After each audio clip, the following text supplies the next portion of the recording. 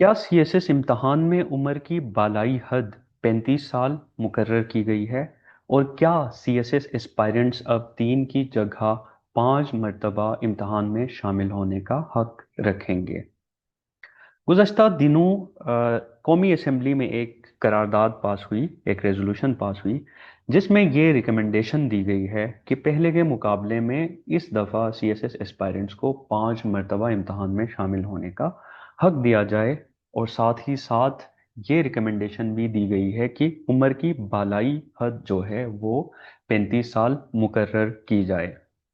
मगर क्या कौमी असम्बली के मेंबरान महज एक करारदाद या रेजोल्यूशन के जरिए इन रिकमेंडेशंस को फौरी तौर पर अमल दरामदगी का जामा पहना सकते हैं?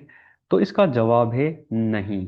क्योंकि जो रेजोल्यूशन है या करारदाद है वो कौमी असम्बली के मेंबरान का एक कलेक्टिव स्टांस होता है एक पर्टिकुलर इशू के ऊपर, या इसको उनका एक रिकमेंडेशन समझें, जो कि नॉन बाइंडिंग है। रेजोल्यूशन जो है वो नॉन बाइंडिंग है, वो किसी इदारे को फोर्सफुली अमल दरामदगी की तरफ नहीं लेके जा सकते।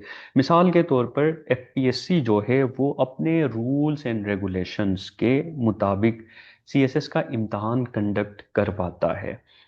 अगर कौमी असम्बली अमल दरामदगी चाहे तो उनको प्रॉपर लॉ के जरिए इन रूल्स एंड रेगुलेशंस के अंदर अमेंडमेंट्स लानी होंगी, वगरना ये एक नॉन बाइंडिंग रिकमेंडेशन है।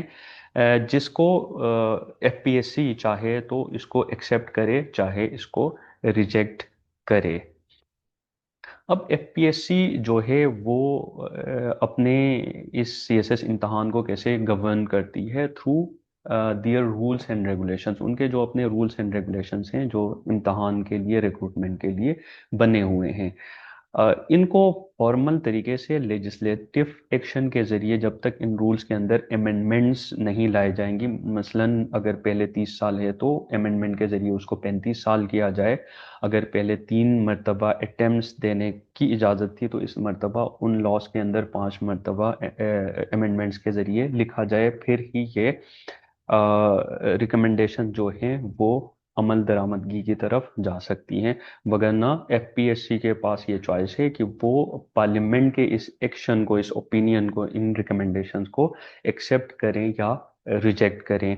अब ये इसके ग्राउंड्स क्या हैं, क्यों जो नेशनल असेंबली के मेंबरान हैं वो ये चाहते हैं कि उम्र की बालाई हद 35 साल हो और 5 मरतबा सीएसएस एस्पायरेंट्स को इसमें शामिल होने का मौका दिया जाए? वो सो फार उनकी जो मंतिक है या ग्राउंड्स हैं वो ये हैं कि ताकि एस्पायरेंट्स को ज़्यादा से ज़्यादा टाइम मिल सके कि वो इस एलिट एग्ज़ाम का हिस्सा बने और उसमें कामयाब हो सकें।